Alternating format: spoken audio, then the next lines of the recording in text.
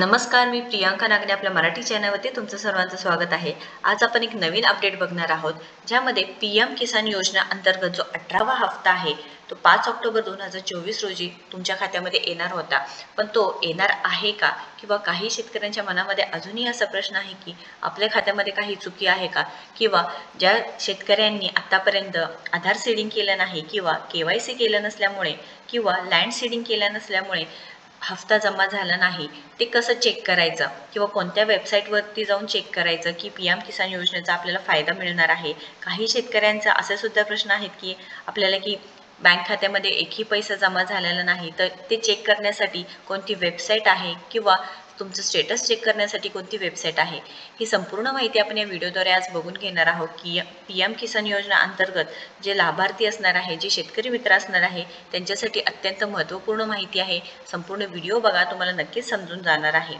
पंतप्रधान किसान सन्मान निधी योजना ही योजना सरकारने काढलेली आहे, ज्यामध्ये 6,000 प्रतिवर्ष लाभ रक्कम जे भारतीय शेतकरी असणार आहे त्यांना मिळून जाणार आहे।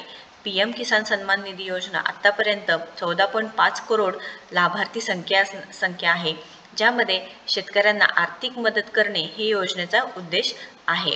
पीएम किसान योजनेची सुरुवात 10/12/2018 रोजी सुरू झालेली आहे, म्हणजे त्याचा GR आला होता, ज्यामध्ये प्रत्येक शेतकऱ्यांना वार्षिक 6,000 रुपयाचं अर्थसहाय्य केलं जाण्याचा ही निर्णय केंद्र सरकारने घेतली होती। पण आत्ताच आलेली एक बातमी होती, ज्यामध्ये सांगण्यात आलं होते की 5 ऑक्टोबर 2024 रोजी 18वा हप्ता तुमच्या बँक खात्यामध्ये जमा होणार आहे। आपण ऑफिशियल वेबसाईटवरून बघत आहोत, इथे सांगितलेलं आहे बघा, honourable prime minister will release 18th instalment of PM Kisan scheme on 5 October 2024।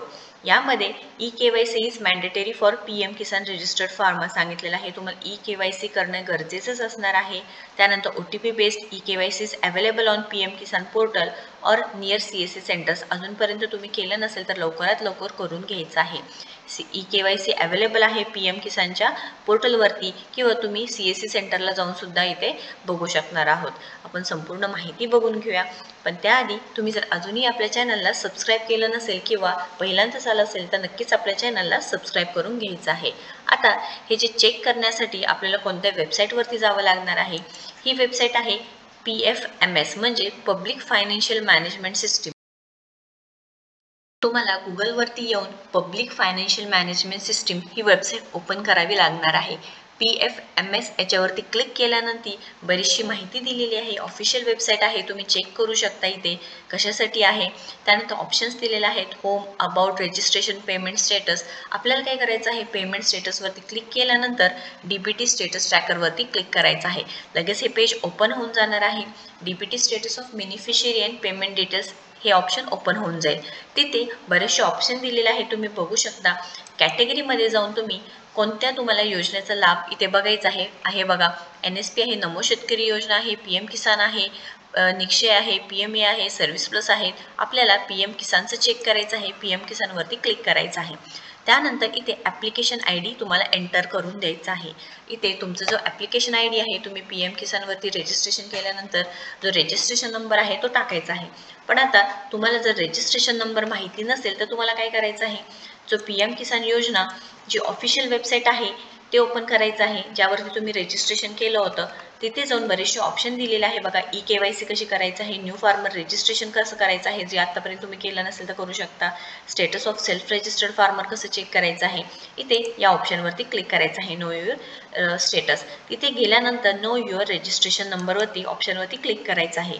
ते क्लिक केल्यानंतर तुमचा मोबाईल नंबर टाकू शकणार आहात किंवा आधार नंबर ज्याद्वारे तुम्ही रजिस्ट्रेशन केलं होतं टाकू शकणार आहेत, कॅप्चे टाकू शकणार आहे। त्यानंतर इथे गेट मोबाईल OTP येऊन जाणार आहे।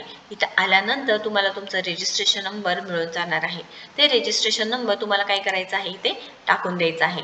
ते टाकल्यानंतर इथे खाली येऊन कॅप्चे टाकायचं आहे, एंटर ॲप्लिकेशन ID, MH आणि जो काही तुम्ही रजिस्ट्रेशन केलं होतं तो टाकायचा आहे। कॅप्चे टाकल्यानंतर इथे सर्च करायचं आहे।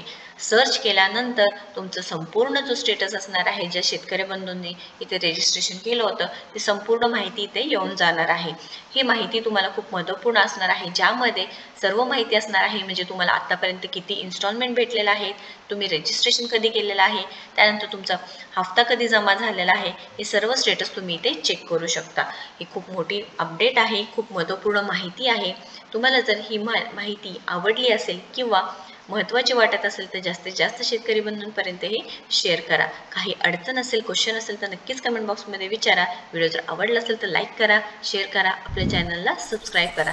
तुम्ही आपल्या टेलिग्राम चॅनलला सुद्धा नक्कीच कनेक्ट होऊ शकता. थँक्यू.